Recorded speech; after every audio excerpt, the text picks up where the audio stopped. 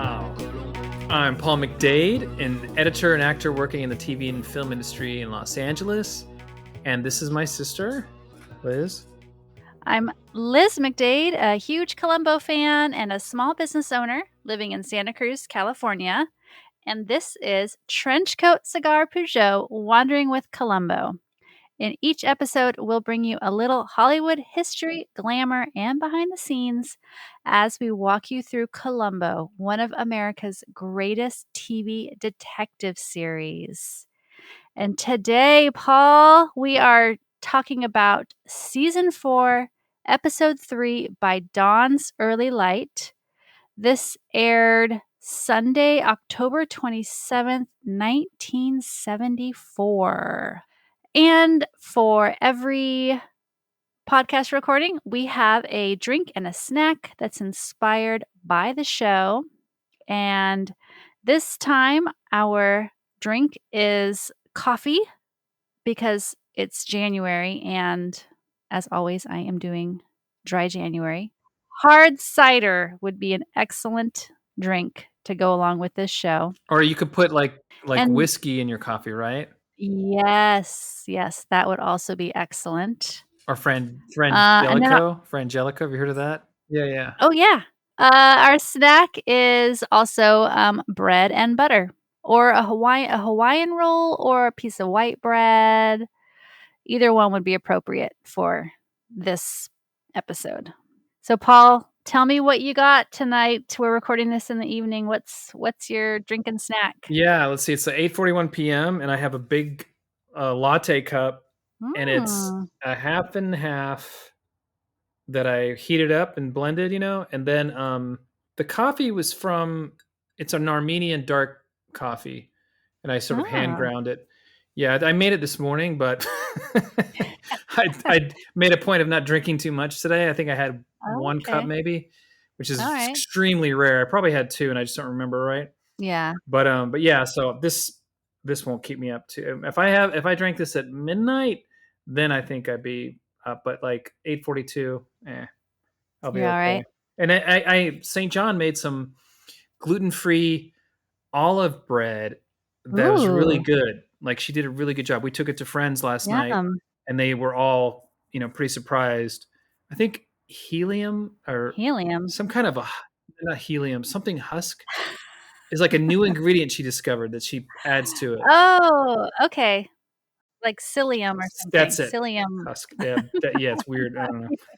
Helium bread. That sounds helium bread. It's a Dennis Hopper blue velvet thing. Nice. No. So what do you have? So I have a decaf coffee because I can't have coffee this late in the day. I will be up all night. That's how Mom is. Yeah. But it's a decaf, and I believe these beans are from Santa Cruz Coffee Roasting Company. They grow it here? No, they get roasted here. Oh yeah, you took me there. That was great coffee. Oh, did I? Yeah, I got a pound of beans there. We have some really nice coffee companies. We have Verve, which makes really delicious coffee. They're from here. Cat and Cloud also makes awesome coffee. They're from here. And Santa Cruz Coffee Roasting, North Coast Coffee Roasting. And I'm probably forgetting someone. Anyhow, so this is a decaf, and I added a vegan half and half to it. What's that? And it's quite tasty. It's called Nut Pods. What's it made I don't know. It's water and I don't know. Canola oil. Water and dirt and a little bit of sand. Oh, come on. What's in it? You don't know what's in it? No, I don't know. I think it's some nut milk blend. Okay. I love half and half, but I'm the only one who will eat it in the house, and then I'd get the smallest thingy and it would go bad. So I had to switch to would help me finish the creamer. Yeah. And then I have a piece of bread. It's actually a seeded sliced sandwich bread with some butter on it, and it's delicious. And I forget the brand, but we have photos in our Instagram of our drinks and snacks, so check that out. We are Trenchcoat Cigar on Instagram. That's where we put all our photos. I'll have to take a photo of mine before it. I'm just Okay. going to take a photo of the side of the cup. Perfect. All right. So the next segment of our podcast is Smoke Signals, where we read letters from listeners. And Paul, I think you're going to take it away here. Yes, we got a letter, smoke signal from Sergio. Sergio says, "My name is Sergio, and I've written to you before. I'm the guy from Brazil who found the Lisa Chambers and Julie Newmar in quotes apartment location in the episode Double Shock. Yes, thank you, Sergio. That was awesome. Yes. Thank you, Sergio. You mentioned you couldn't find the location of the seafood restaurant where Milo Janis took a wine bath. This restaurant also appeared in the season 1, episode 4 of the Rockford Files titled Exit Prentice Carr. And it's the final scene where he's talking to Janet Carr, Corinne Camacho, and the filming locations for this episode. This restaurant is mentioned as Paradise Cove Beach Cafe, 28128 Pacific Coast Highway, Malibu, California. In this scene, they show the place where Milo and Ruth Stafford were seated from a different angle and in plain daylight. And those pending ropes are easily recognized. Bam! Good job. Awesome. Yes. Nice job, Sergio. I spent way too long trying to figure that out. And I don't know why I didn't look at Paradise Cove Cafe, even though you can see the building in the background of the scene on the beach. So the scene on the beach is at Paradise Cove. You can see the name of the building, or you can't see the name of it, but you can see that there's a building behind Colombo, and I think you can see that there's like outdoor dining or tables, if I remember. Anyhow, we always love hearing from all of you. You can drop us an email at trenchcoatcigar@gmail.com. You could also send us a message on Instagram. And you ready to get into a summary of this one, Paul? Yeah, I was thinking we should do this show in 10 minutes. Do you think we could do that? Because I think some people would appreciate it. Boom. In and out. That gives it, we got 2 minutes. All right, let's go. Bam, go. I'm not kidding, Liz. Let's go. Oh, man, the pressure's on. Okay. Here's a summary, and I'm not going to read it fast. The head of a boys' military academy, Colonel Rumford, murders the grandson of the founder, Mr. Haynes, before Haynes can turn the school into a co-ed junior college. Rumford tries to make the murder look like a cannon accidentally exploded on Haynes. Columbo arrives at the scene of the quote-unquote accident and becomes suspicious after finding a rag in the nearby grass. So there we have the overview. Are you ready to get into the weeds here, Paul? Yes, definitely. So first off, I have to say the title. Paul, do you recognize this phrase? By Dawn's Early Light? Is it from a song? Yes, it's from a song. One of our most beloved American songs? Yes. Yes. The title is a phrase from our national anthem. Oh, say, can you see? That's all I will do. Sorry. Come back, dear listener, if you have turned off the podcast. Mm-hmm. Yeah, so it's a great title because it is the way this mystery is solved. It's the way that Columbo solves this mystery. And it references, the patriotism that's sort of driving the main character here. Mm-hmm. What a great title. I meant to look up Howard Burke, but I did not. He's the writer. Oh, okay. Did you look him up? No. Okay. I kind of count on you to look up the writers, Paul. Yeah, my apologies, folks. I'm busy looking at dresses and filming locations. So I went all out on Patrick McGoohan. Okay, well that's excellent. This man was amazing. Yeah, he was really good. Like his career is like he's very. I don't know. I just have loved finding out about him. Cool. Well, let's get into this here a little bit more. So the opening scene is kind of an interesting shot. It's like a camera walking up, kind of creeping up behind Colonel Rumford in the morning while he's fiddling with a giant projectile. It looks like a giant bullet. He's clearly messing with it. He's adding C4, the plastic explosive, to the inside of the projectile. He is sweating profusely, which I don't think was part of the plot in any way. It must have just been really warm in there. Yeah, I don't know. I wondered that with him. He was a consummate artist, like with film, acting, directing, writing, McGoohan, and he saw how Peter Falk worked. That Peter Falk was in control of the show in a way, and that's why they had such a good relationship. Partly, but I wouldn't be surprised if he wet himself. Sprayed himself like they did in Top Gun.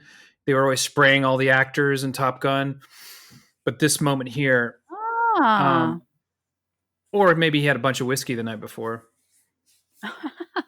But no, I think that was a, I don't know. That's a good. It's definitely sweating, but maybe it was really hot there because it's South Carolina where they filmed this. Yeah, this was filmed in South Carolina. Yeah, I mean, there's so many great things about this episode, but yeah, no, yeah, I wondered that too because whenever I see that in a film, like if somebody's sweating, I'm always like, okay, did they spray them, or were they really sweating, or were they? Because sometimes like some of the stuff I've worked on, I can tell they're sweating. Yeah. Like Twisted Metal was a show. It's a show on Peacock. They shot it in I think it was Louisiana, and I could tell it was hot. Like I could see that it was hot. So when I was looking at some of the footage and stuff, I could tell that it was like, oh yeah, they're really sweating. It's really hot there. I bet. Even though there's like they're driving around trying to find places but here, yeah, looking at him again, you could see his neck, and then he pads his head. McGoohan pads his head, his face, and his hair looks. Yeah. I don't know if his hair. I wonder if did he dye his hair like sort of a white for this? Yeah, it's almost like a kind of blondish gray. Yeah. So St. John, this is her favorite villain. Like, oh really? She was blown away by his performance. She's like, he is the most believable and the most. Yeah, kind of like because he doesn't. Sometimes I say like, why are they always giving information, to it's like there's just so many elements to this portrayal that is like just on point. Mm-hmm. Like what he says, what he observes, his accent, he's done American accents before. He was born in Astoria, Queens. His parents were Irish farmers, but they couldn't find work, so they moved back to Ireland, and then he lived there for a bit, and then he moved to England. So he's able to do, accents pretty well. But here, I thought he was pretty good with the American accent. What did you think? Yeah, I thought so too. There was one moment where you can hear a little bit of an Irish accent. Yeah. But I thought in general he was very believable, and I wouldn't have even thought that he was Irish except for that one moment. You said that about the other bad guy too, though. Remember the crazy Jack Cassidy? Oh yeah, he does that too. He did that too. He had a leprechaun there, Paul, didn't he? Sorry. No, it's true. It's the truth. Yeah, I know fans of Columbo probably put this, and the camera work too is interesting. It has like they put like looks like a gauze or something, or a netting or something to make it give a kind of a hazy look in the morning for the morning shots. Yeah. In the opening when he's walking out there, I noticed. Yeah, I noticed that too. I thought they just forgot to wipe down the lens of the camera, but it probably was deliberate. It's probably on. Yeah, because they could have shot at any time, and they're like, okay, we got to make it look like morning. Yeah, so he goes on a morning stroll and heads to. He's got the massive projectile tucked under his jacket as he walks across this field towards some kind of storage room.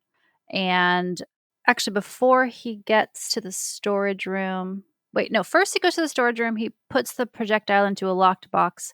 Then he goes back across the field. He puts a rag down the cannon, down the front of the cannon. And like you said, this was filmed in South Carolina at the Citadel, which is still a military college of about 3,000. It's 75% male, 25% female right now. Oh, wasn't always that way, right? I did not look at the history, but I bet at the time that this was filmed, it was all boys. Yeah. I was going to say, I don't know when they started letting girls in.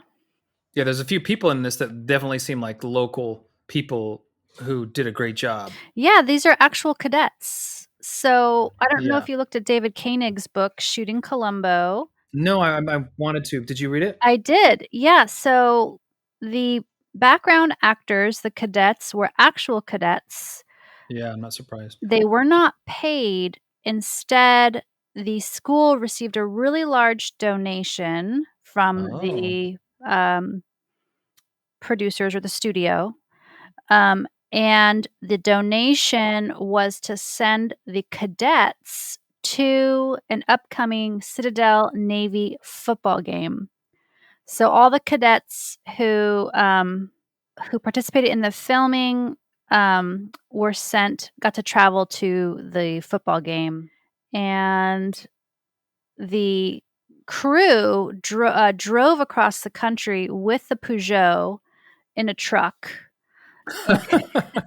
as well as all of their gear. To get to South Carolina? Yes, I all guess the way. they'd have to. Wow. Yeah. And then the cast flew to Charleston. So, yeah, there's a great section in Shooting Columbo on the filming of this episode. So folks should check that out if they haven't already. And Koenig talks about casting McGoohan, and it's very interesting. What did he say about casting McGoohan? Well, McGoohan wasn't the first choice for this role. But he really impressed Columbo, or Peter Falk, I should say. Let's see. He must have impressed someone before he impressed Peter. And McGoohan actually contributed to the script. He convinced the writers that Rumford's motive needs to be more obvious. It needs to be clear that this man is a hardcore patriot. He really believes that keeping this school a military academy is a very important mission, and that's what drives him to murder somebody. So that was McGoohan, and McGoohan pitched a conversation between Falk. That Falk was like, "Yeah, that sounds great." And I think this might have been in the dining hall. That would make, yeah, because if he was just like a bad guy who didn't like that guy coming in there, but that he had more at stake, like a true belief, which you see and you find it's all the way to the end of the film.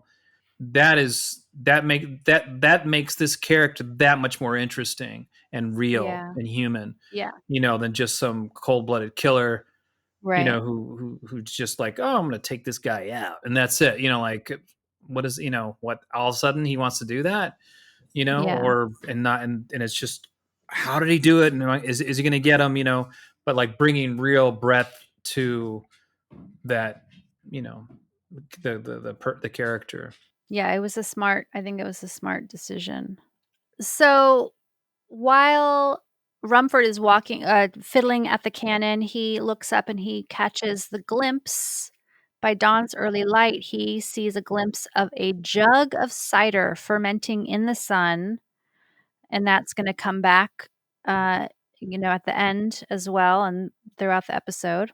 And he goes back to his room, his quarters. He's in bed in his silky robe and jammies in time for revelry at 6:30, where he is greeted by his boodle boy.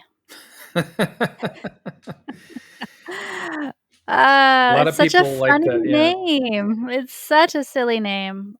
I did not look up the history of that name. Dude. I know. Wow. I should have. Wow, Liz. That's what dropped the ball. That's what Vesta says to me about everything now. Wow. Thanks, Dad. Wow, really? Yeah. So the Boodle Boy's there with coffee, which is inspires our drink tonight. And I don't Go think he ahead, had Paul. coffee in that cup. That was What do you one think little he complaint. had? Did he? Well, what do you think it was? The liquid in there? Well, did they pour it? Let me I see. He think they picks it poured up. it out. Oh, yeah, maybe you're right. Because I thought that because I wanted to see it, or I wanted to see steam. I wanted, but when he takes a drink of it, There's no steam. but yeah, I don't see the coffee. I don't see the steam. But it could have been in there. It could have been in there. Who knows? Who knows? But that's one thing. It's like you always, in plays or whatever. There's always these things of like, oh yeah, put some coffee in there, or put. But anyway, yeah, that popped in my head, and that popped in St. John's head too. Oh, interesting. I just assumed there was coffee in there in the cup. And Rumford likes his coffee, but he says the Boodle Boy's boots are dirty. Yeah. And the Boodle Boy needs to return to his office later with clean boots. And now we're going to meet our victim. We're back outside. We are near the field where the cannon is, and a non-military dude pulls up in a big car. And he kind of gives off some bad guy vibes a little bit. He's got a cigarette dangling from his mouth. He's unhappy. He heads indoors, heads towards Rumford's office, and we learn that this is Mr. Haynes, who is the grandson of the founder of Haynes Academy. He barges into Rumford's office without knocking. Mrs. Brady, the secretary, is like, wait. And he tells Rumford that he has finalized his decision. Haynes Academy is going to change completely. It's going to become a junior college, a co-ed junior college. Liz, our time is up. I'm sorry, we did not. Okay. I'm sorry, Liz. We were way past it. We are 24 minutes in. Well, thanks for listening, guys.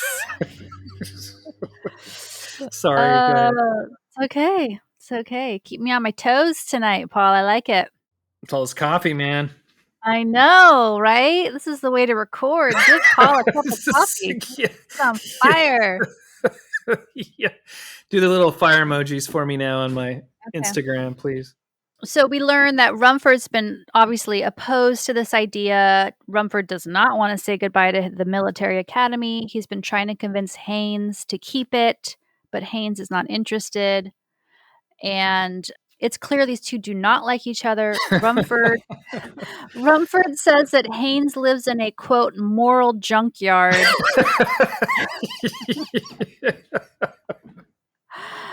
And in the middle of their disagreement, Rumford gets up from his desk, goes to the door, opens it, hands Mrs. Brady, his secretary, something to file. And then he leaves the door ajar. Yeah. Which is odd and kind suspicious. Of a foreshadowing. Yeah. And then Rumford goes back to the fight with Haynes and says maybe Captain Loomis should preside over today's Founders Day ceremonies instead of you. And Haynes says, "No way, I'm going to do it. It's me. It's all me." And so now Rumford has kind of, set Haynes up for what is to come, which we all know there's a fiddled projectile.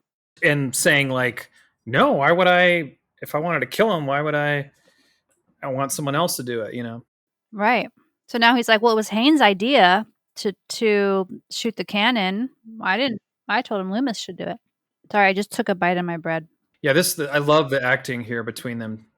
And the thing he does with his hand, he does this like flips his finger, he puts his hands behind his back. McGoohan, he did that in he played a Disney. He was in a couple of Disney films. One was called Dr. Sin, the Scarecrow.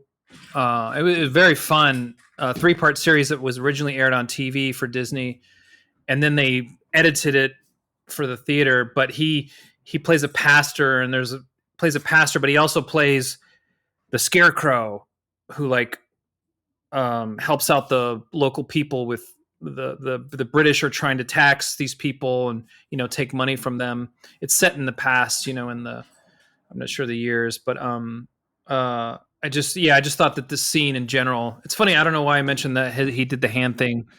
Does he do the hand thing in the Disney movie too? Yeah, he does that hand thing. So it's kind of interesting. I watched a variety of his stuff, but I just love the scene. I loved his calmness, his responses to him. Mm-hmm. This one, was always one that I liked. Wasn't like a huge fan of it, but now I love it. Now I'm just thinking about where it's set, Mm-hmm. the checkerboard, floor of they really shot there. His portrayal of this is just such a wonderful piece. Mm-hmm.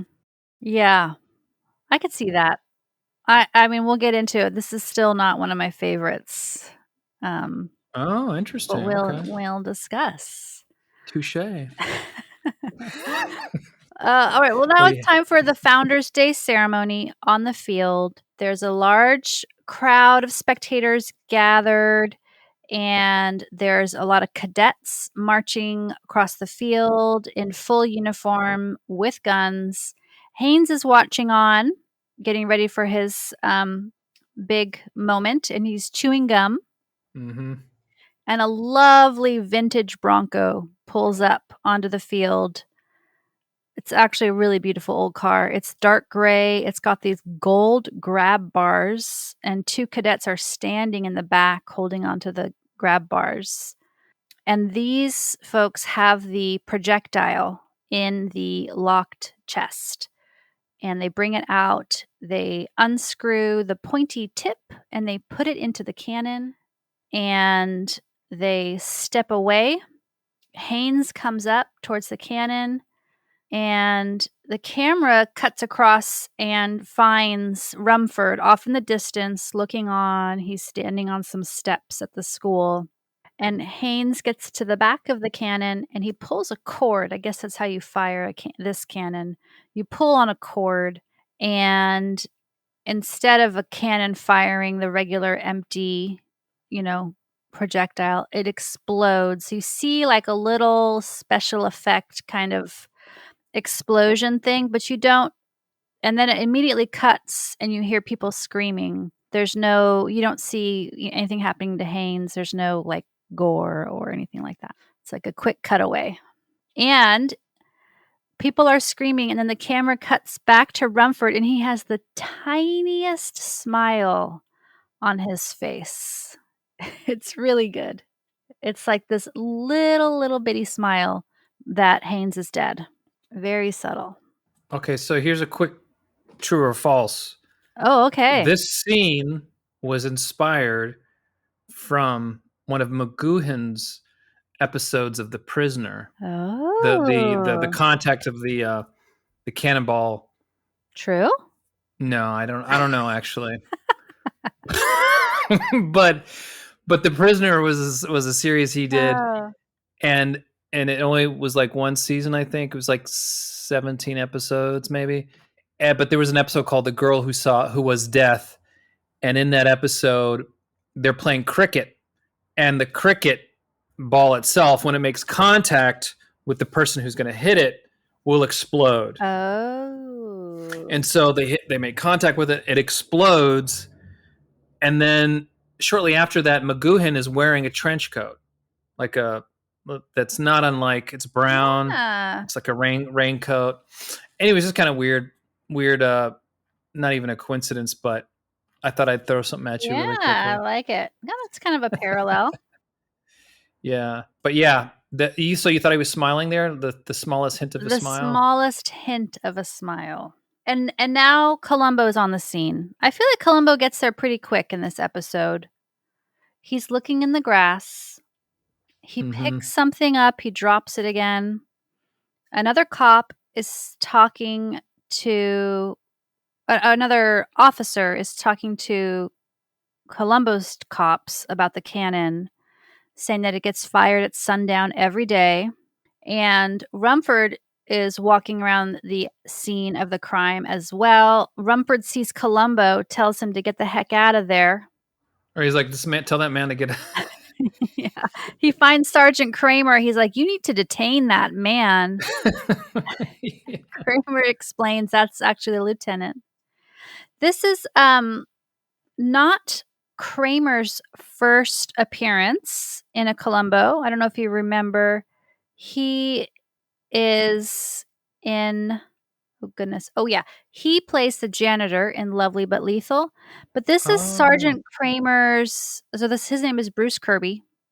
This is Bruce Kirby's first appearance as Sergeant Kramer, and Sergeant Kramer is going to come back several times. And that's his son. That's the Cadet Yes. Morgan. Yeah. Yes. So Bruno Kirby is Bruce Kirby's son. He is recognizable from When Harry Met Sally and City Slickers, Godfather 2. Actually had a really long career acting. Actually passed away kind of fairly young from leukemia, Oh, I saw. wow. Yeah, he was in his 50s when he passed away from leukemia before his dad, which must have Wow. been I remember him on, I think it was David Letterman, and Matthew Broderick and him were on there because they had done The Freshman, this movie with Marlon Brando, I believe. And he kept giving Matthew Broderick a hard time for this dinner that they had with, I'm trying to think if it was, I think it was, yeah, The Freshman, yeah. They had dinner with Marlon Brando, Matthew Broderick, and the other actors. And he said Matthew Broderick spilled something on his shirt. But anyway, it was just kind of funny because I was thinking, like, I wonder if Bruno is like really like to tease people, yeah. like if he was a little tough, He has a tough guy. He gives off a tough guy edge for sure. Definitely. Yeah, so Bruno Kirby plays Cadet Morgan, Bruce Kirby is Sergeant Kramer. They're both in this scene together. Cadet Morgan comes up, or I can't remember exactly what he's doing there, but Kramer's there. Mike Lally's there. Mike Yeah, Lally Mike Lally some good found the lines. victim's car keys. Yeah, Yeah. So Mike Lally got a trip out to Charleston. He just couldn't say no. He was in all of these. wouldn't that be cool? That'd be so cool. Yeah, it's just I remember, like, he didn't really wanna do all these he didn't really want all these lines when he got cast in Columbo. Really?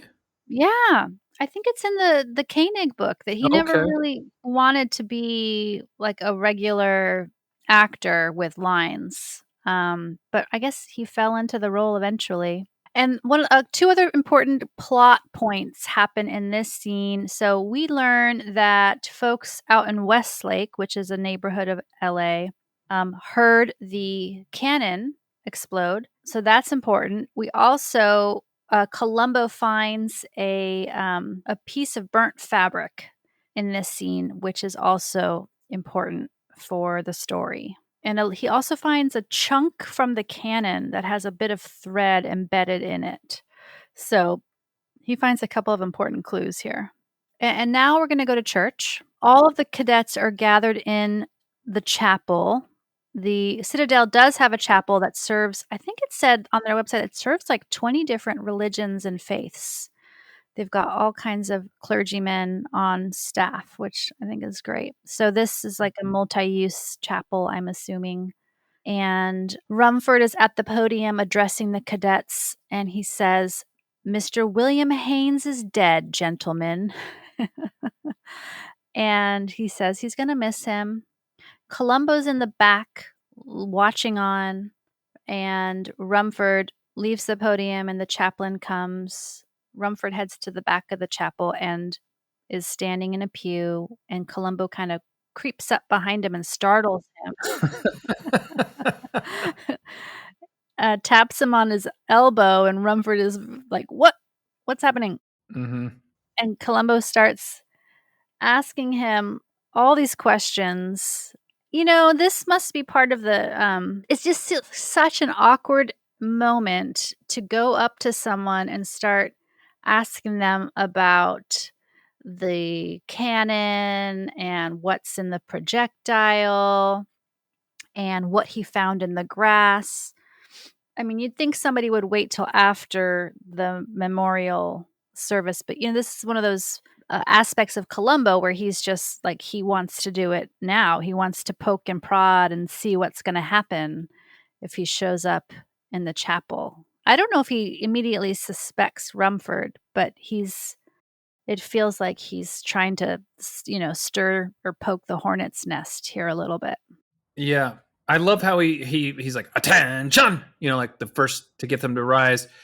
But yeah, maybe it's like Columbo is just intuitive, he's just going with his intuition of plowing right through, here we are. Because that there's no decorum there, it's like, because maybe you don't get results if you do, like he's always still polite and kind, but that's something to think about too, like maybe you wouldn't get if you're always just placating and like not, like you're waiting, that's like the rookie doing that, right? The rookie would do that. But yeah, I love how he scares him and Yeah. Yeah. Columbo says, "I found this darn little hare out there," and then he pulls out the much larger than the first piece of fabric we see him find is real small. But in this scene, he pulls out this giant greasy rag from his pocket. I'm like, wow, I guess he was walking around with that.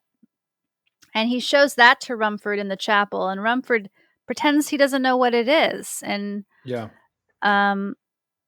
And then Columbo kind of circles back around to this, and Rumford admits that, well, if that was the cleaning rag, actually, what happens is that Columbo says, if this had been inside the cannon, could it have caused an explosion? And Rumford says, yes. And Columbo says, well, I'm going to send it to the lab, to ballistics, and have them examine it. And then Rumford realizes, like, oh no, ballistics will find C4 or whatever. So then Rumford admits, like, oh, that's the cleaning rag.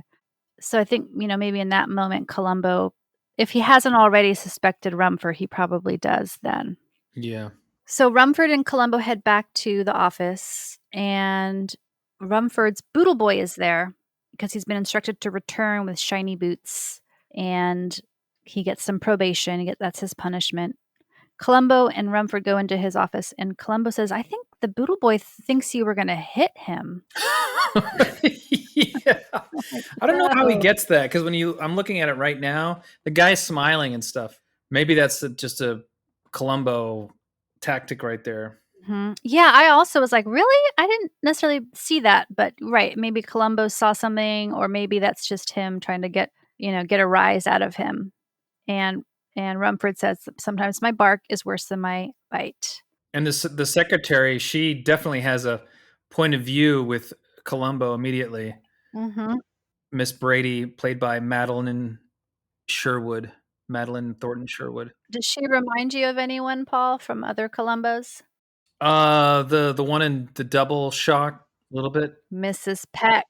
Yes, Mrs. Peck. Mm-hmm. Yeah. I had to look it up today because I couldn't remember her name, but she definitely gives off Mrs. Peck vibes. She's kind of immediately wary of Columbo, and a little bit, maybe, I don't know if she's like protective, but kind of feels protective of the space and Rumford. Mm-hmm. So Rumford, in this scene, Captain Loomis stops by because Rumford wants him to get to the bottom of the cider that he saw. And then Rumford also shares that he tells Columbo who the cadet was, which cadet was responsible for cleaning the cannon, who might have left that rag in the cannon. And it's Cadet Springer, who's in Pershing Hall.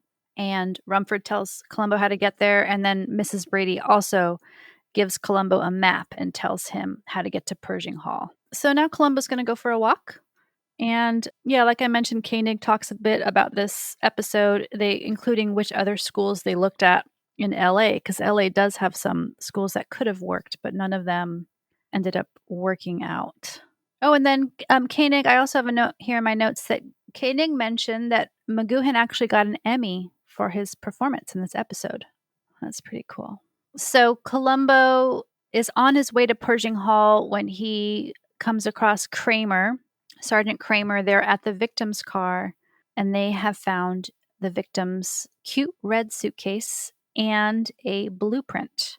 So Columbo takes the blueprint with him, and he heads to Pershing Hall, finds Cadet Springer, who's laying on his bed reading something. And Columbo shows Cadet Springer the rag he found, and Springer immediately knows what it is and tells Columbo that's the cleaning rag. You can feel the gun oil on it. And Columbo learns from Cadet Springer that cleaning the cannon is actually an honor, not a punishment, even though Rumford was just telling Columbo what a delinquent Springer is. Mm-hmm.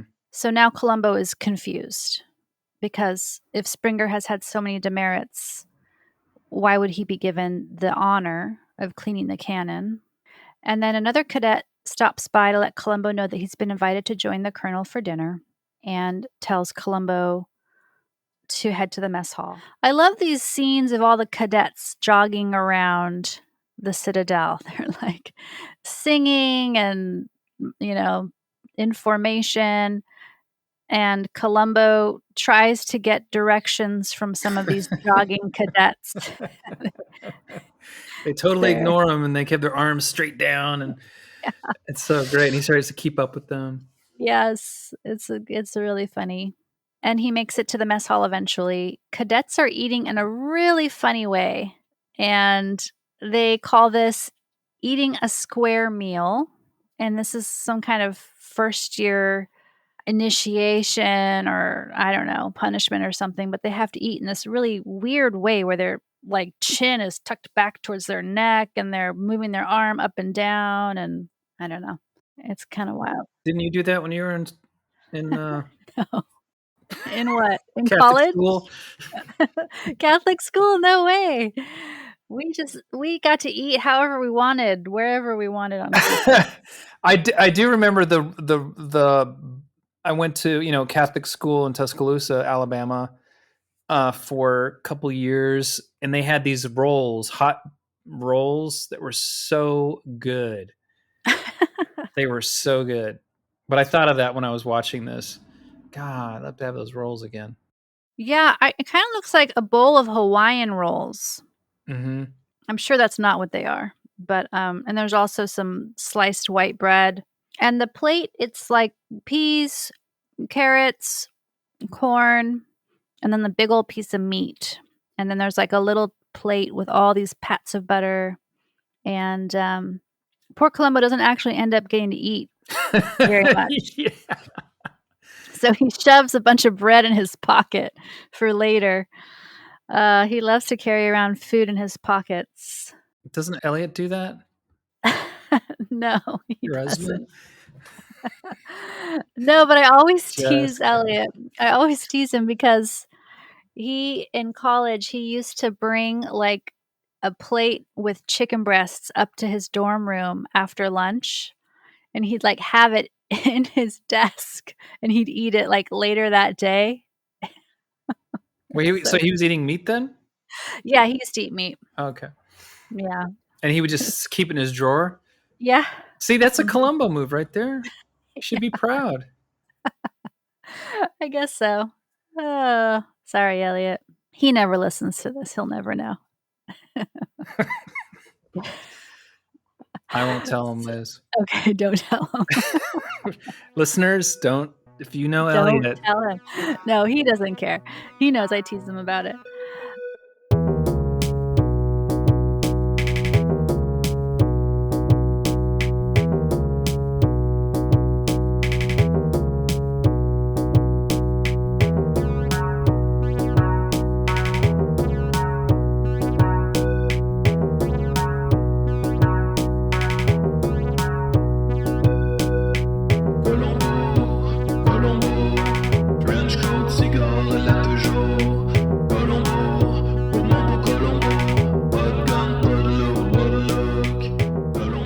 Okay, so they have a conversation in at the mess hall, Columbo and Rumford, and Columbo points out Rumford's inconsistency about giving the Cadet Springer, with all his demerits, giving him the honor duty of cleaning the cannon.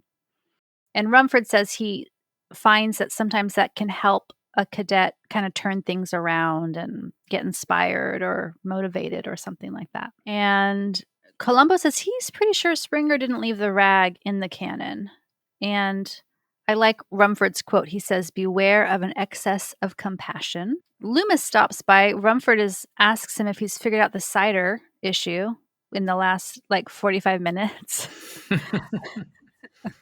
Wait, how did I know it was that long? Could have been longer. Okay, it could have been longer, but I'm it's just kidding. been a very short investigation time for Captain Loomis. And this is where you can hear Rumford's accent because he is really upset about this cider and he starts yelling, and there's just a little tinge of an Irish accent that comes out at the end here. And so Columbo follows Rumford out, didn't really get to eat, has the bread in his pocket for later, and says that he thinks that maybe someone put the rag in there on purpose, someone besides Springer, and maybe because they had it out for Rumford. And he asks Rumford if he can stay over and spend a little more time there. Rumford offers up a guest cottage, but Columbo wants to stay in the barracks. So you jumped to when they left, right? They're outside now? Yeah, they're outside. They're so outside before now. But when McGoohan gets up to leave the table to eat, he says something like, sorry for having a difference of opinion or something, and then he says, but it's okay for two men to have different opinions, or I forget what he says, but it's such a great, like, I loved it. It's sort of like, because Columbo's always like doing this black and white thing, but why would he do this, or why would it, it's like, and he's, I just love that. I don't know if that was written or not, but it to me was, and then Columbo's like, oh, I'm glad you said that. I'm really glad you said that. Why would you be glad? I guess because he wants to keep it friendly, that's why he'd be glad. But it was I don't know, it was just kind of cool. It's sort of challenging him at his sort of like persistent questions of, but why would this, Yeah, because Rumford doesn't think Springer should be off the hook that fast. And Columbo does. Columbo's like, it's not Springer, it's something else. Yeah. I love this. There's a short moment. This is probably one of my favorite little moments of this episode where there is the bugle player standing in the courtyard playing taps, and all of the lights are going off slowly to the different rooms off the courtyard. So you can see the lights, going off kind of one at a time. You hear taps playing, and you can hear the crickets. I like never noticed that scene before, but it's kind of a little moment of zen there in the episode. Yeah, the architecture would have been interesting to find out. It reminds me of something in Africa or Morocco, or I don't know, but just so with the checkerboard, it's just such a beautiful location. Yeah, it's really pretty, especially this checkerboard courtyard. I don't think that they would be playing taps at bedtime, and any listener who went to military academy can let us know. They're going to prove you wrong, Liz. They take you down. I think taps is reserved for like really solemn occasions, and I think they would play a song called Retreat at the end of the day. So I don't know, but maybe the director liked the sound of taps more. It's a pretty sound. So you read that somewhere then about the Retreat song? Yeah, I was just looking up like the names of the songs that you would play, and I believe it would probably be Retreat, and it's in the morning it's Revelry, which we hear, and then in the evening it's Retreat, and then taps is reserved for like funerals and memorials. But I could be wrong. That's just what I think. But Sergio, counting on you for this one, man. Let us know. Just kidding. So it's bedtime. Columbo's in a barrack, and he wakes up kind of startled in the middle of the night. I love the tank top or the shirt. I have some of those I've had for too long. I still wear, especially now that it's kind of cold out here. But he's got his pink outfit. I love it. Yeah, it's fun. There's a lot of scenes of Columbo in a tank top in this episode. It's kind of fun. And he gets his roll out, and he's like eating the roll. He gets up, kind of like a little startled, kind of crazed, and he goes straight for his pocket and starts eating bread. That's like, that's not written in the script, I don't think. That's him playing the role, like Oh, being the person. yeah. So good. It's so good. That moment is really good. He didn't wake up just to eat, though, Paul. He woke up because something has been bothering him, and he gets his little notebook out and he heads across the courtyard to a payphone. Yeah. And he calls the local cop at 3 in the morning, wakes this poor man up. He's in one of those, this is another one of those couples where they have their separate beds, right? There's like husband and wife twin beds. Not a bad idea. Not a bad idea. We see this in at least one other Columbo, and I'm pretty sure we've talked about this before. I Yeah. had one friend growing up whose parents still did the twin beds. I think more people I think are sleeping separately, because some people like the TV on, and some people want a noisemaker. Some Mm-hmm. people snore, really bad, or, Yeah, that's true. you That's true. snore really bad, for instance. No, I don't. I snore That's really false. bad. That's why I say That is that. false. Oh. Does St. John have to kick you out? Well, falls asleep to The Big Bang Theory or Everybody Loves Raymond, Okay. and it's hard for me to sleep with TV. I will, but she'll set a timer on it, and we Mhm. turn on a little fan that kind of makes a noise. So Mhm. there's a couple things that keep it, and we're right on the street that's kind of can be loud. Yeah. Can be loud, yeah. Um, but anyway, so there's the two beds. He wakes the guy up. Anyway, and Columbo just is curious about the fact that people heard the explosion all the way in the Westlake neighborhood. That's never happened before. The cop says it's because the cannon never blew up before. But Columbo's not buying it. He's like, that doesn't explain why the sound would be that much different. Yeah. Um, and then he looks at his notebook and there's another name and a number for ballistics, and he makes the second phone call. I think this is one of the rare moments where we get to see what's actually written in Columbo's little notebook. I don't think Mm-hmm. we normally get to see this. It says Kennedy ballistics, and then there's a phone number. But what else is in there? Well, that's all you see is that. No, I think there's a drawing in there. No. Yes. There's What? a face. There's a face. How did I miss that? Yeah, it's a All right, little caricature face, and he was an artist. Right. He drew. He was doing all kinds of art. But yeah, I'll have to screen grab the shot. Yeah, make sure you screen grab that for Instagram. Yeah, it looks like a face. Yeah. Cool. Well, that's a little find. I didn't notice it before, but just now I was like, wait a minute. Little Easter egg. Wait a minute. Wonder how much Hold that is on. worth now. Hold on. His whole notebook would be worth a little small fortune if it existed. Yeah, those things. Yeah. So now it's morning revelry, and we hear the bugle player playing that familiar wake up song. Do do do do do do do do do do do do do. And there's a great shot. There's a great angular shot through the hallways with sort of this, looked like they had a colored lens on it, but it's from being inside a stairwell, sort of like underneath a stairwell. Just a really great composed B-roll shot. And then it cuts to the checkerboard floor and the guy running across saying, "On your feet, get up." Yeah. This is a fun moment too. Columbo's asleep in the bunk bed, and one of the cadets comes in and gives him a slap on the butt and says, "Wake up.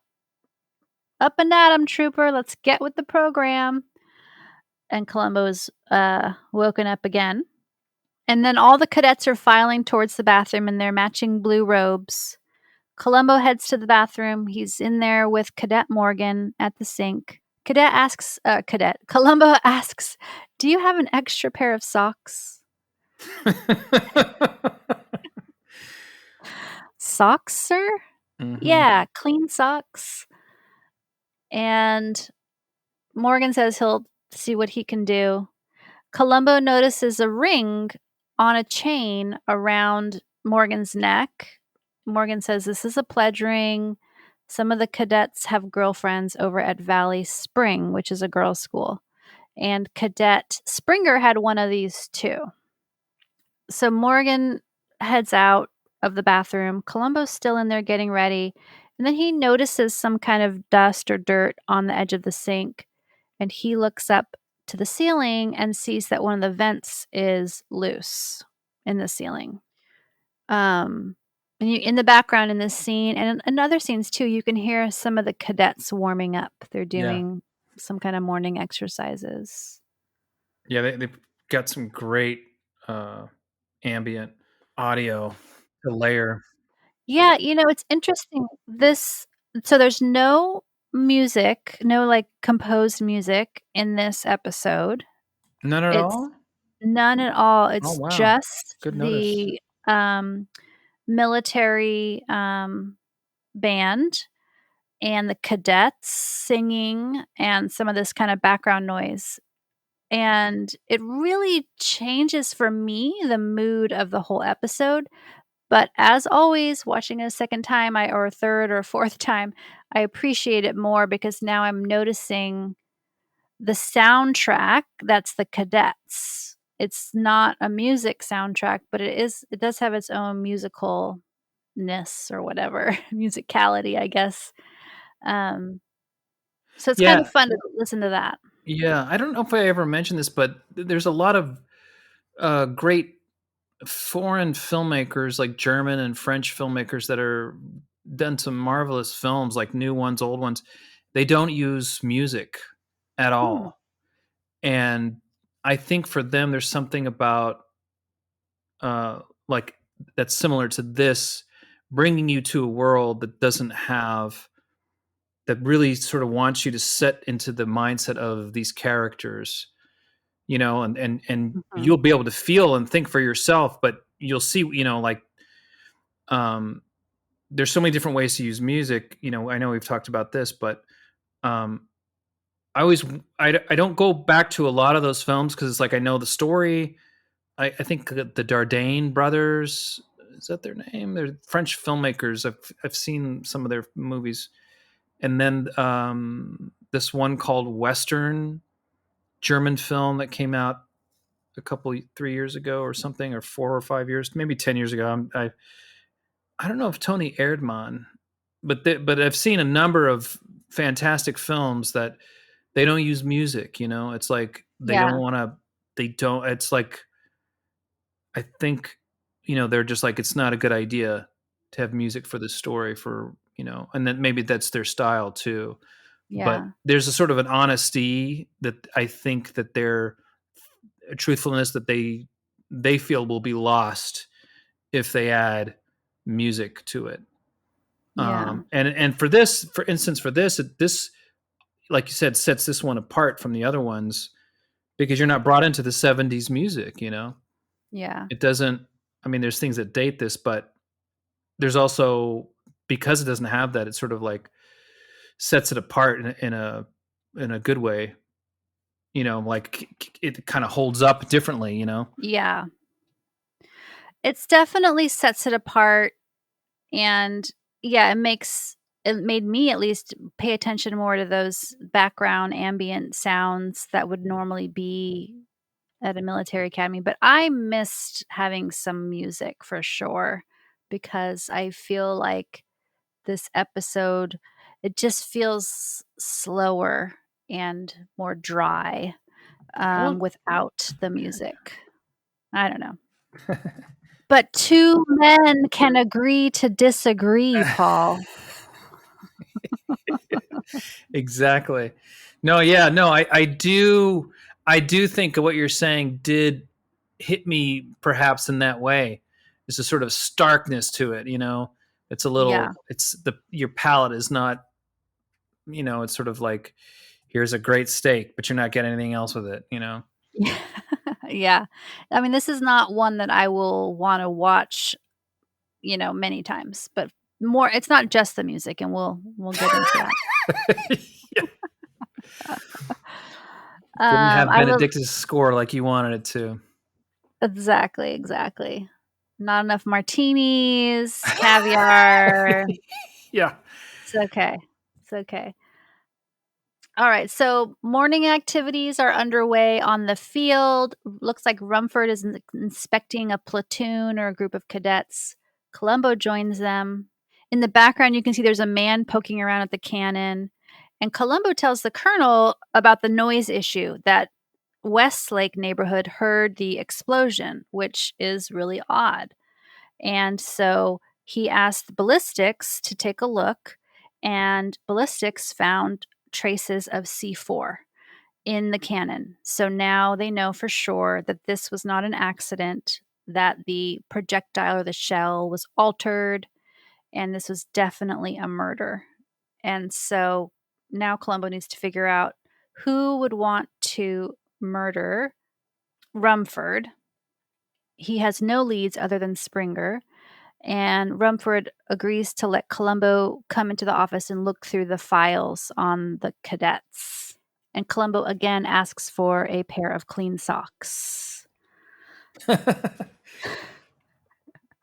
Poor guy. You can see him. He's standing next to the cannon.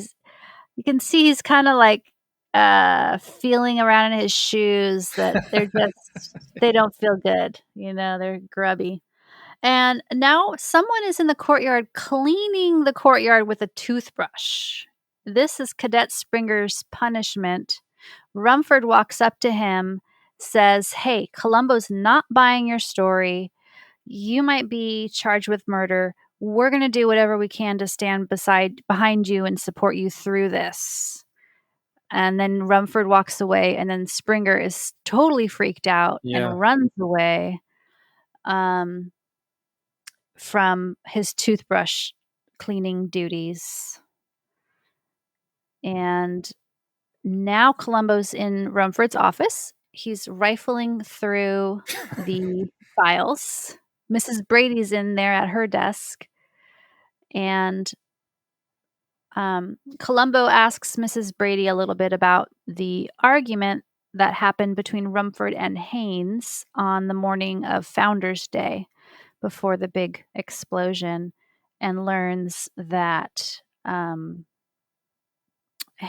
Brady didn't really like Haynes, who was kind of an unpleasant man, but she doesn't really know what the argument was about. And Columbo also learns that Springer has actually snuck off campus several times to see a girl. And then Columbo asks if his cigar was bothering Mrs. Brady, but he doesn't really apologize for it. He just wants to know if that was bothering her, because she's really kind of cold towards him. So now Columbo's wandering around campus again with the blueprint, and he's staring at a building where there is no door, but the blueprint says there should be a door. A group of cadets are jogging towards him, and the leader pauses and tries to help Columbo out. This is a funny moment. They're like, "Yeah, there's no door there." He's like, "But it's great. Door. Yeah, because he does, and it's one of those things where he can't understand it, so he just keeps going over it in his head, like, why is should be here? Where's the door? All of the cadets have paused their jogging while the leader helps Columbo with his blueprint. And then the leader says, "Fall out," and all the cadets start yelling and like streaming around Columbo. It's such a funny moment. And then Captain Loomis comes up, tells Columbo that Cadet Springer it can't be found. He's not there. They don't know what's happened to him. Columbo knows where he's gone. Columbo's a clever guy. He knows that Cadet Springer has probably gone to the place he keeps going to, which is to see his girlfriend at Valley Stream High School, or somehow connect with her. So he drives the Peugeot to Valley Stream, and he approaches a poor young teen girl who's like, I shouldn't talk to you because you're a stranger. But she goes ahead and talks to him. She tries, but then she ends up giving Columbo all the information he wants, despite her reservations. And she tells Columbo what the girl Susie Gerard looks like and where she is. So Columbo is able to follow Susie while she rides a school bus to her destination, which is some kind of like harbor or marina or boatyard kind of area. Susie goes to Springer, who it looks like Springer's hiding out on a boat, and she's brought Springer a cheese sandwich. And Springer says, someone's trying to set me up. And right at that moment, Columbo pops his head into the boat and is like, who's setting you up? I tried to find where this might have been filmed in Charleston, but there's so many waterfronts in Charleston. I just was like overwhelmed. There's too many possibilities because there's like, I don't know, peninsulas and all kinds of places where somebody might have a boat. But if anybody knows, I would love to learn. It's some kind of waterfront, and when you're at the waterfront-ish area, you can see hills in the background with a bunch of buildings on top. So maybe we'll try to put a photo of that location in case anyone's from Charleston and happens to recognize it. Vesta has tried to join the party here. Oh, with Yoda. Tell her I said hi. Aunt Liz says hi. So Columbo lets Springer know, I don't think it's you, and gets Springer to come back to school to talk to Rumford and share about how it couldn't have been Springer's fault. And so Columbo and Springer are in Rumford's office. Columbo says, I'm not charging Springer. Springer, tell Rumford why you couldn't have left the rag in the cannon that night. Springer says, because I didn't clean the cannon that night because I went to see my girlfriend. Yeah. So then Springer is dismissed. And now Columbo reads from one of the cadet files about someone who is very headstrong and their reactions are very predictable. If you tell them that snow is white, they're going to say that snow is black. And Rumford says, oh, is that Springer's file? And Columbo says, no, actually, this is Haynes' file. So Columbo knows that Rumford knows that Haynes reacts a certain way. When you tell him not to do something, he's going to want to do it. So yeah, hence going to do the cannon. Yes. Which I just didn't just now realize that. I didn't realize that when they said it before. But one thing, why wouldn't they go and find out who the person before him was that's supposed to clean it? Well, I think Springer was supposed to do this job for like 3 weeks. So it would have been him the time before. Yes, and the cannon got fired that time before. So there wasn't a rag in there. But weren't you supposed to clean it after it got fired? Yeah, so he was supposed to clean it the night before Founders Day. So that's the only time you would clean it? I guess so. Yeah, right before it got fired. Okay, so then that makes sense too. Okay. Yeah, so it's... Or right after it got fired.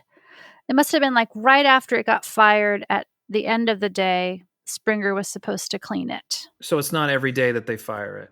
They fire it every day. Oh, they do? So who did it the night before is what I'm saying? Springer. He's done it every night for 3 weeks, but he skipped. Right. So that night. If he he didn't, maybe he did it the day before though, right? But let's say they fired it on Thursday, then he cleaned it, then they fired it on Friday, and then he didn't clean it. So he couldn't have left a rag in there on Thursday because it fired correctly on Friday. So it's every day they fire it. Gotcha. Okay. Every day they fire it, and every day he cleans it. Right. Okay. Gotcha. Yeah. It's almost like a riddle. No. That's how it kind of was simple to me before, but then I started just now was like, well, wait a minute. But yeah, no, it's that simple. Like, so yeah, he has an alibi. Yeah, and so he has an alibi. Somebody put it back in there. Yeah, definitely. So Columbo in this scene, he's really gathering up all these little bits of info. Springer has an alibi. Haynes's reactions to an argument, for example, are very predictable. And now he nails down that there's only 3 keys to the arms room where the cannon projectile is stored, and Rumford has one of those. And he also learns that Rumford is also an explosives expert.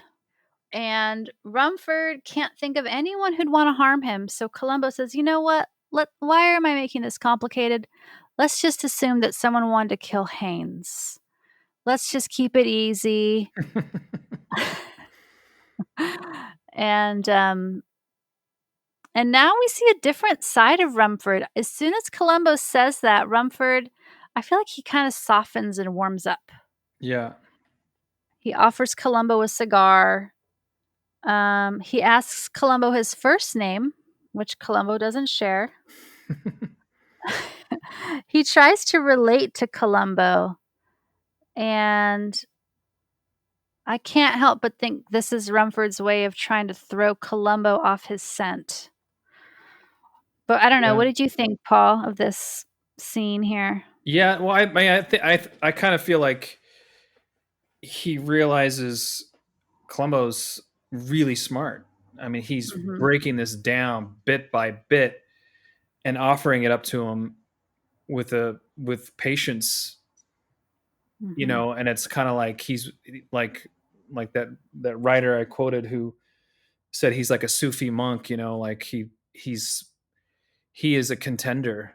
He's truly knows his job. And I think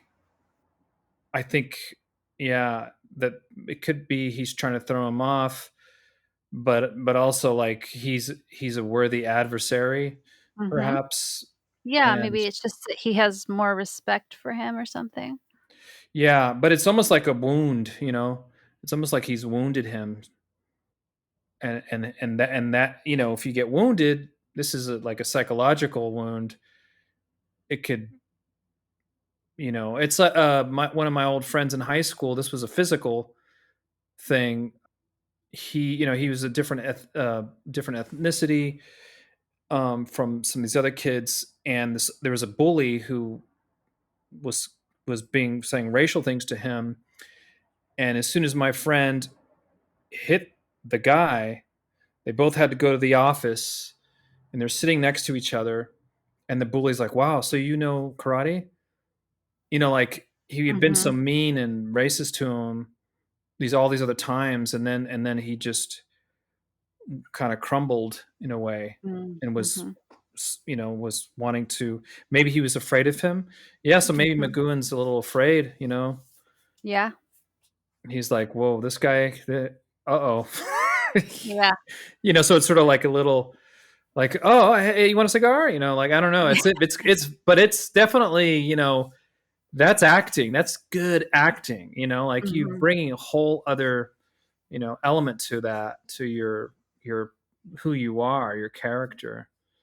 But yeah, no, it's I'm glad you mentioned that, because I didn't take notes.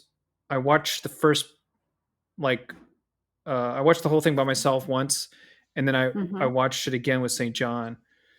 Um, but I didn't take notes. I just, you know, just enjoyed Paul. Oh, Paul. I took notes, man. I got notes. Notes for days. Yeah. Did you Did you do Instagram while you were taking your notes? Did you film yourself with your No, I didn't. No. Okay, well, you're gonna have to do that, okay? It'd be very interesting to watch me take notes. Fascinating. All right, so Columbo says he's got something, he's going to bring Rumford something to show him, and he heads out, and then Columbo bumps into Rumford on an inspection, and Columbo shows Rumford the blueprint that he found and says he finally figured out what this blueprint was for. It was for a co-ed gymnasium, because the locker room on the blueprint is missing urinals. So Columbo's figured out that Haynes wanted to let girls come to the school, And Rumford says, yeah, Haynes had all kinds of strange ideas, but it never would have gotten past the board. The board has full confidence in me. And Columbo says, okay, so I won't have to check with the board then. And Rumford says, well, you do what you need to do. Yeah, so Rumford knows that Columbo is coming in for the kill here. Yeah, and so he gets a little stern again because it's like, and Columbo's like, yes, this is absolutely what's going on. This is my man, and this is why. Yeah. Yeah, so Rumford is still trying to figure out this cider, still trying to get to the bottom of it, and he is conducting what they call a snap inspection, which is a middle of the night surprise inspection of all the rooms and the bathroom. They're trying to find that big jug, but they turn up empty-handed and they leave. So Rumford and Loomis were doing the inspection. They turn up empty-handed, they leave, and then Morgan, Springer, and another cadet gather in Morgan's room, and they're like, what happened? Why wasn't the cider in the bathroom? Where is it? And then Columbo shows up in the doorway and says, I have it. So Columbo got the cider out of the bathroom and I guess he hid it. Maybe they must not have searched his room because he's not a cadet, I guess. Mm-hmm. And Columbo that would does not have been a good twist. That would have been a good twist. Yeah. Rumford would have been like, you're brewing cider here. Columbo doesn't want to turn the cadets in for their cider. He just wants information about the cider. He wants to know how they brew it and when they brew it and where they brew it and all that. So now we come to the grand finale, Paul. Mm-hmm. Columbo must have roped Loomis into helping him out here. Yeah. Because Loomis calls Rumford in his bedroom before revelry, says to meet him by the cannon right away. It's about the cider.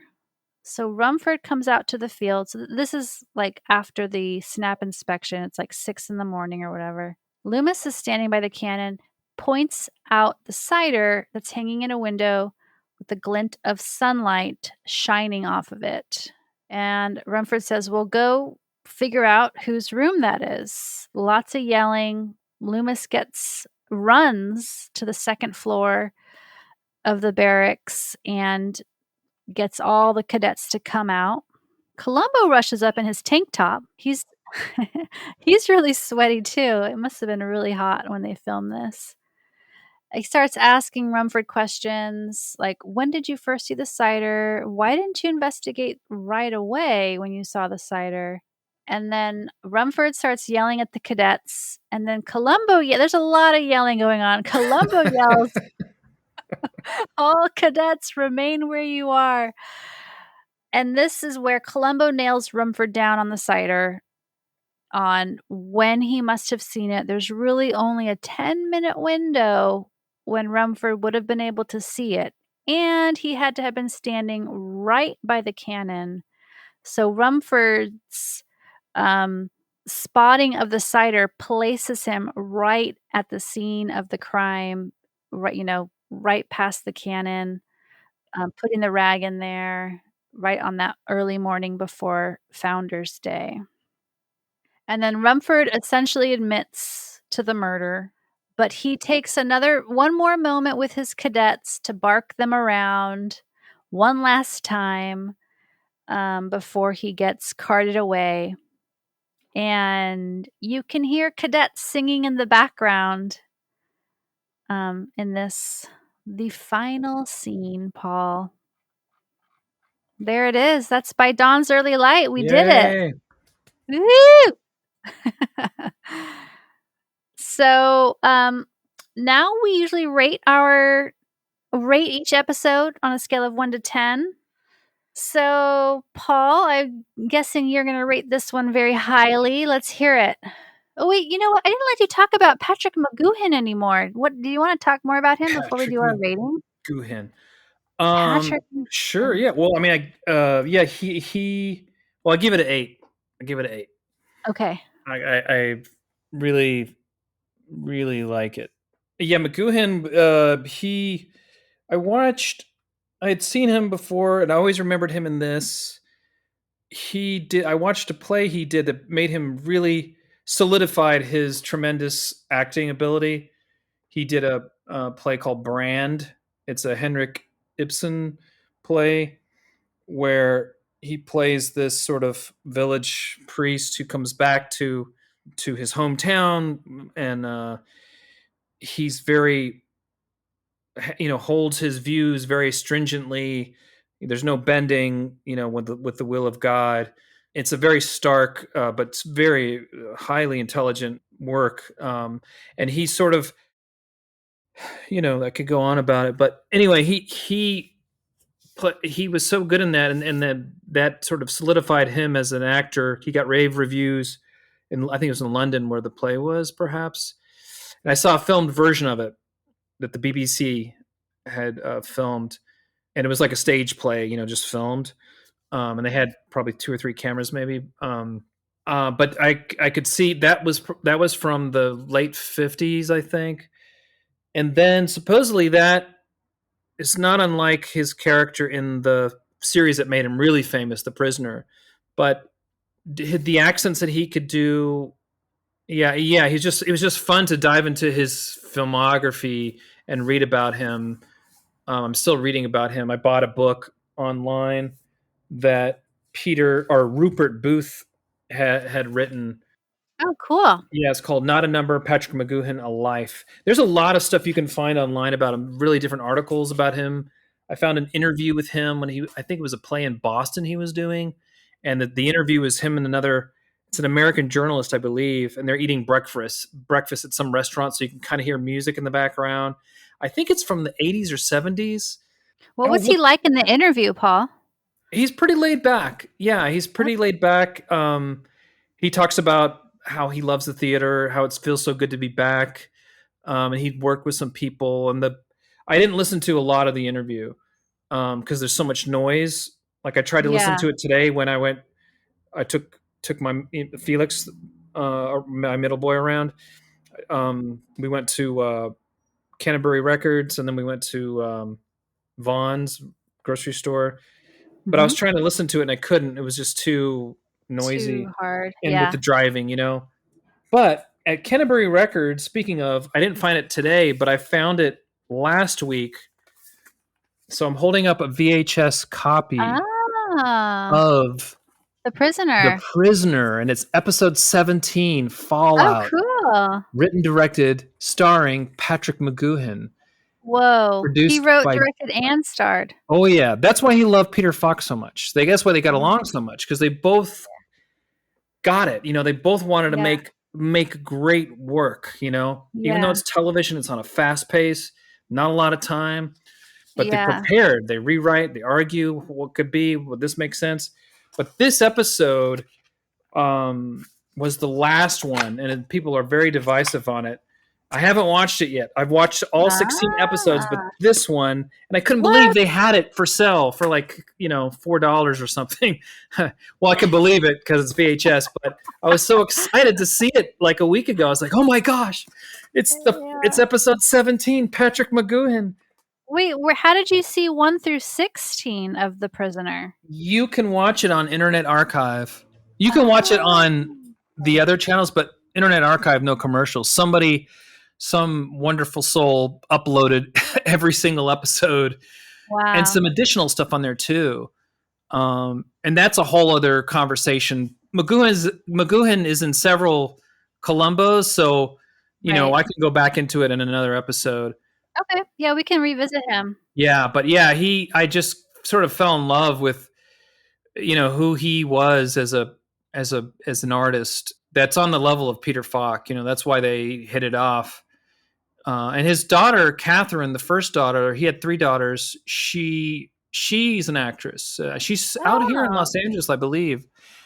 So, but McGoohan, he's such a interesting performer. Yeah, I'll talk about him again. I watched a lot of cool things. He did this one movie with it was Basil Dearden, I think his name was. Basil Dearden, Eclipse, which is a sub group of the Criterion Collection. They released Basil Dearden's London Underground, and there's one movie he did. McGoohan was the lead, but it stars Charles Mingus, Dave Brubeck. Mingus has Oh. lines in it. He has like one of the first lines. Oh, Richard cool. Attenborough is like one of the other main characters. It's kind of a loosely based on Othello. Wonderful acting. Okay. But he was so good in it. And you see all his layers. He's like a liar. He's a drummer who wants to sort of make it to the top, and he manipulates his friends. And all the way to the end, I was just loved watching him. He does an American accent. It's not great. It's not bad. It's not bad at all. But he does it much better in this, But this was a long time ago, like he was, he was trying to do it all. So that movie's called All Night Long. And if you want to see Dave Brubeck and Mingus do, I think that music they were doing was the first time they had done together, maybe. But a very interesting film, and it was very well done. So, what did you think of? So, what's your rating? Oh man, I feel kind of bad, but I think I'm going to give this one a 6. Ooh. Ooh. Okay. And maybe I'll modify my rating one day when I see McGoohan and see his range, because I feel like in other Columbos, he kind of plays a similar kind of like calm, serious, kind of villain. So I think I just need to see his range to appreciate his performance more. But, I think the Citadel is really beautiful, and at the same time, not as visually interesting as other Columbos. We don't get that sense of home, that interior sense of like living. We just have like a little bit of the mess hall and a little bit of the barracks. But I like that, like being in those 70s apartments and mansions and really seeing like what's on their mantle and what's kind of chairs in the corner. Like I miss that stuff. And the costumes were all quite uniform. There was no obviously. costumes. And there's like only one woman in this Columbo. And Mhm. that happens in other Columbos too, but I just feel like it's a more interesting show when there's more than one woman. So Who's Susan Gerard? I That guess was there's 2. yeah. Okay, there's Okay. 2. Okay, but she has like 3 lines. Yeah, true. And then Very Mrs. true. Brady doesn't have a lot of lines either.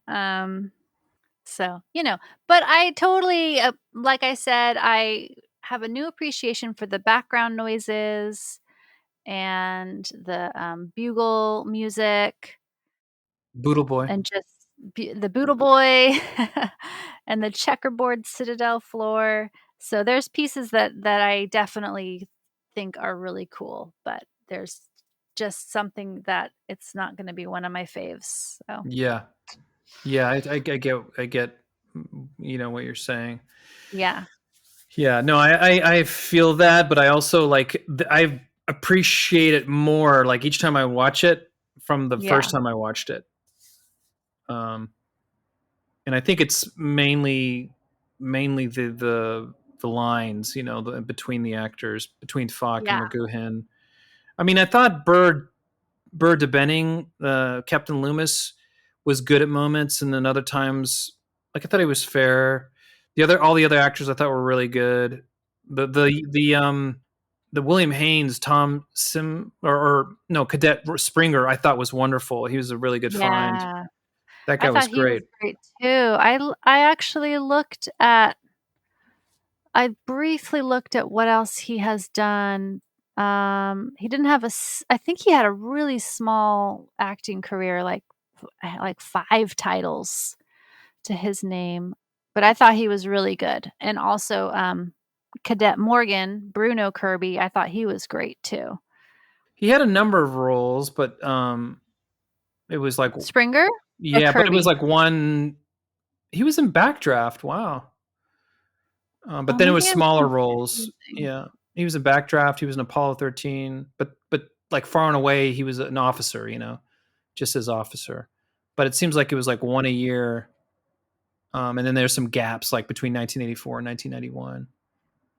But he was doing. It looks like he did camera work too, camera and electrical work, like me. Trying to figure it out. But he had a great acting career compared to mine. That's for sure. Oh, okay. Yeah, you're right. No, I must be confusing him. I feel like there was somebody. Maybe it was the Boodle Boy.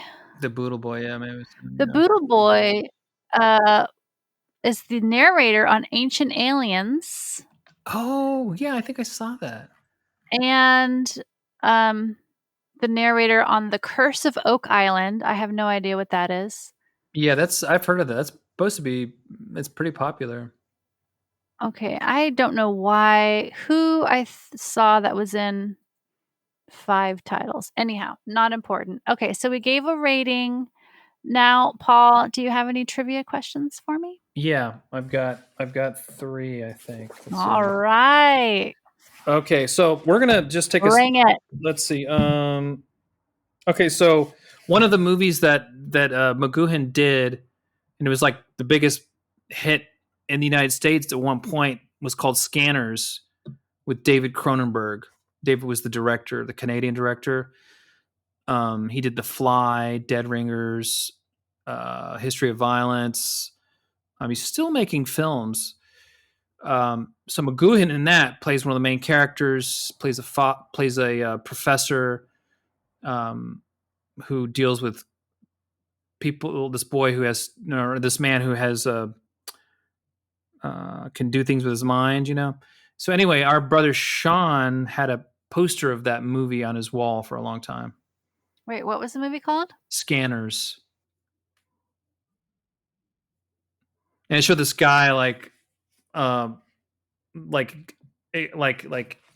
shouting, but like it looked like his veins were popping and his eyes were like he was being like he's not on fire, but it looks like someone's torturing him kind of because his eyes are white and he's like, it's like a scary poster. And you're saying that mom and dad allowed this poster? They permitted it? I mean, I don't know if he asked them if he could put it up or if they had to have seen it because it was on his wall. Okay. All right. I'll say true. Are you sure? No, I'm never sure. No. So yeah, right? Yeah. Yeah, he had it on his wall. All right. Yeah, I was always like, oh, Scanners.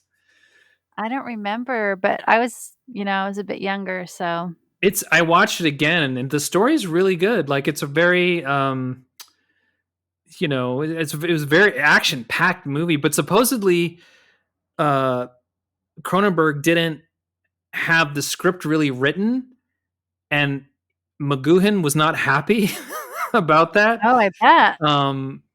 But they made it. It was in Cronenberg on Cronenberg book that mentioned that. I mean, I read it in Rupert's book too, but he got it from Cronenberg on Cronenberg. Because I thought it was so fascinating that he's great in a film. He's really good. He's got he's in several scenes, but there's a couple of moments where it's almost like soliloquies that he has. Okay, so you got that right. 1 for Liz. Yes, 1 point for me. Okay, Peter Falk is the only person that Patrick McGoohan would never say no to on a like a project. I'll say true. Man, okay, yeah, you got it. That's right. Yes. Okay, so now we're gonna go back in time to remember the guy who Dick Van Dyke killed in Negative Reaction, Don Gordon, that actor. Yeah, Alvin Deschler. Yeah. Right. And so remember the lady who was in A Stitch in Time with Leonard Nimoy, Nita Talbot. Remember her? Yeah, I remember. So they were married, those two. Deschler and Nina? The actor Don Gordon and Nita Talbot, yeah. I forget her character's name in Stitch in Time, but she was like roommates with the girl who got killed. Oh, the roommate. Yeah. Remember, she's kind of funny. Yeah, she was hilarious. I thought you meant the nurse, the main nurse. Was she? Wait, what does this have to do with By Dawn's Early Light, Paul? It's just an extra bonus true false question. Uh-huh. It's a new thing that we're adding. It's called You've Been Smoked. Oh my goodness. Okay, I'm gonna say, is that true too? It's true. I should have. Yeah, that's easy, man. Woo! Yes, Liz. But Liz. Don Gordon was married 4 times. Oh wow. Yeah. Unlucky in love, huh? Or lucky in love. I guess. Depending. Maybe he wanted that. Maybe he wanted that. Well, yeah, people meet new people, and sometimes you don't need to be, But this very interesting episode. I can't wait to see their other ones. Yeah. You're like, sorry, Pablo. Yeah. The one that he directs, we'll get to. Does he act in it too? I don't think he acts. I think he only directs it. Okay. I'm totally blanking on the name, but Troubled that's okay. Waters? Is that the next one? No, the next one's Troubled. No, the next one is Troubled Waters. That's Ben Gazzara. Yeah, not that one. That one I love. I don't know if that one's next though. No, what is it? See, there's anyhow. All right, Troubled Waters. Let's wrap it up, Paul. Yeah. Not make people listen to us wonder out loud. Sorry, everybody. Sorry. All right. Thank you to Maxime Gervais for our theme song, Columbo. Thank you very much. This podcast is edited by John Guarenas. Thank you, John. If you'd like to add to our conversation, you can email us at trenchcoatcigar@gmail.com or find us on Instagram at trenchcoatcigar. That's where we put photos from each episode. And if you want a little behind the scenes from us, check out our Patreon. We are at patreon.com/trenchcoatcigar. And Paul, one more thing. Mm-hmm. Thanks for listening. Yay.